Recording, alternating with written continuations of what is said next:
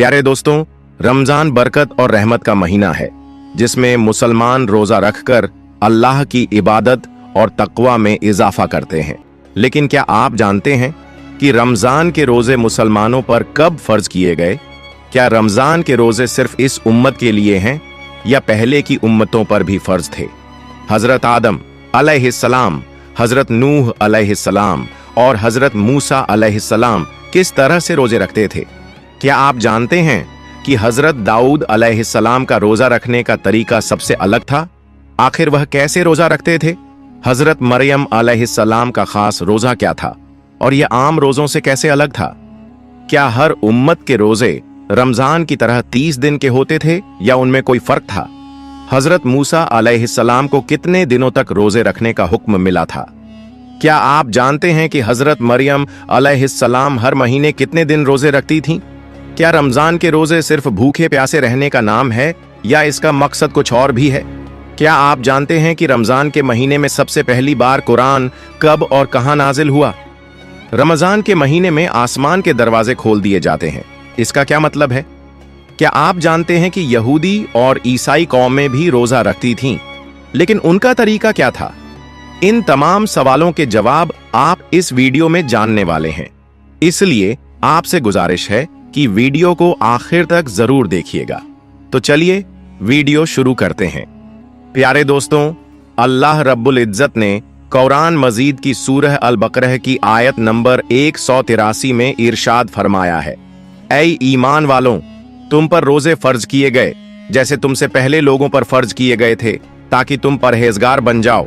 इसलिए हमें इस महीने का एहतराम करना चाहिए और पाबंदी के साथ रोजे रखने चाहिए। दोस्तों, रमजान में जब कोई रोजेदार रोजा रखता है और अल्लाह ताला के हुक्म को मानकर सब्र करता है तो अल्लाह ताला उस रोजेदार को सब्र का बदला अता करता है।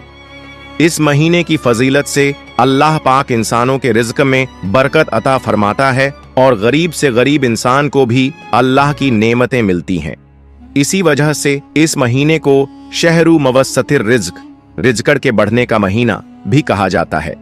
दोस्तों, हर मुसलमान इस महीने में खास तौर से हर गुनाह से परहेज करता है और जब तक अल्लाह का हुक्म नहीं होता तब तक कोई भी चीज खाता पीता नहीं है। अगर हम ऐतिहासिक और मजहबी हवालों से देखें तो हमें पता चलता है कि हजरत आदम अलैहिस्सलाम के जमीन पर आने के बाद से ही रोजे रखने की शुरुआत हो चुकी थी। बताया गया है कि हजरत आदम अलैहिस्सलाम हर महीने 3 दिन रोजा रखा करते थे। यह भी कहा जाता है कि वह इन रोजों को जन्नत से जमीन पर आने के बाद तौबा के तौर पर रखा करते थे। इस तरह पूरे साल में 36 दिन रोजा रखते थे। हजरत आदम अलैहिस्सलाम के दौर में हर महीने की 13वीं, 14वीं और 15वीं तारीख को रोजे रखे जाते थे। ये वही तारीखें हैं जब चांद पूरा और रोशन होता है, जिसे हम 14वीं का चांद भी कहते हैं। इसके बाद जब हजरत नूह अलैहिस्सलाम का जमाना आया तो उन्होंने भी हजरत आदम अलैहिस्सलाम के तरीके पर हर महीने 3 दिन रोजे रखे, वह भी इन्हीं 3 तारीखों पर। लेकिन हजरत नूह अलैहिस्सलाम ने इन रोजों को तूफान ए नूह से बचने पर अल्लाह का शुक्र अदा करने के लिए रखा।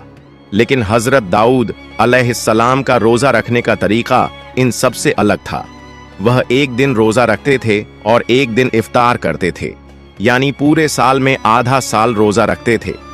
इसके अलावा हजरत सुलेमान अलैहिस्सलाम हर महीने 9 दिन रोजे रखते थे।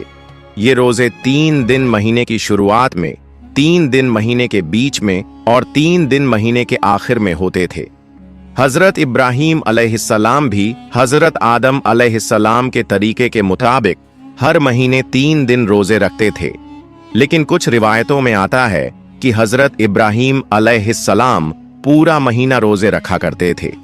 हजरत मूसा अलैहिस्सलाम के रोजे का तरीका सबसे अलग था।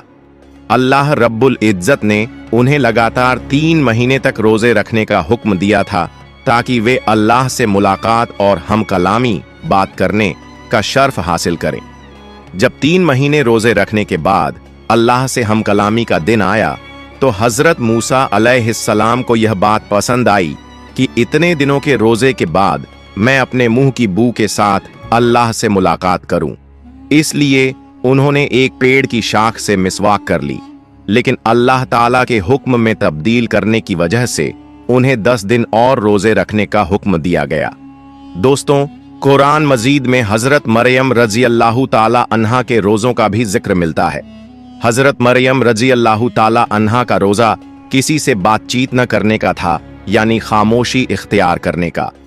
दोस्तों, कुरान मजीद की सूरह अल बकरह की आयत नंबर 183 में यह साफ कर दिया गया कि हजरत आदम अलैहिस्सलाम से लेकर तमाम अंबिया अलैहिस्सलाम और फिर इमाम उल अंबिया हजरत मोहम्मद सल्लल्लाहु अलैहि वसल्लम तक हर उम्मत को रोजों का हुक्म दिया गया था। जैसे हर उम्मत के लिए नमाज का हुक्म था, वैसे ही हर उम्मत पर रोजे भी फर्ज किए गए थे। पिछली उम्मतों के रोजे हालातों के मुताबिक आज की उम्मत से अलग थे। रोजों की तादाद, वक़्त और हालत के हिसाब से उनमें फर्क ही था। रमजान उल मुबारक के रोजे पिछली उम्मतों पर फर्ज नहीं थे, लेकिन हजरत मोहम्मद मुस्तफ़ा सल्लल्लाहु अलैहि वसल्लम की उम्मत पर हिजरत के 1.5 साल बाद 10 शाबान अल मुअज्जम सन 2 हिजरी में मदीना मुनव्वरा में फर्ज हुए। दोस्तों, अल्लाह पाक ने फरमाया है कि माह ए रमजान वह महीना है जिसमें कुरान नाजिल किया गया, जो लोगों के लिए हिदायत है। साथ ही यह भी फरमाया गया कि तुम में से जो कोई इस महीने को पाए उसे रोजे रखने चाहिए, लेकिन अगर कोई बीमार हो या सफर में हो और रोजे छूट जाएं तो वह बाद में उन रोजों को पूरा कर सकता है। दोस्तों, अल्लाह पाक ने हमें हर चीज में आसानी दी है। उसका मकसद हमारे लिए राहत पैदा करना है, सख्ती नहीं। इसलिए हमें इस बरकती महीने में रोजे रखने चाहिए, और अगर किसी वजह से कोई रोजा छूट जाए तो बाद में उसे पूरा कर लेना चाहिए। हमें इस रहमत और हिदायत पर अल्लाह का शुक्र अदा करना चाहिए।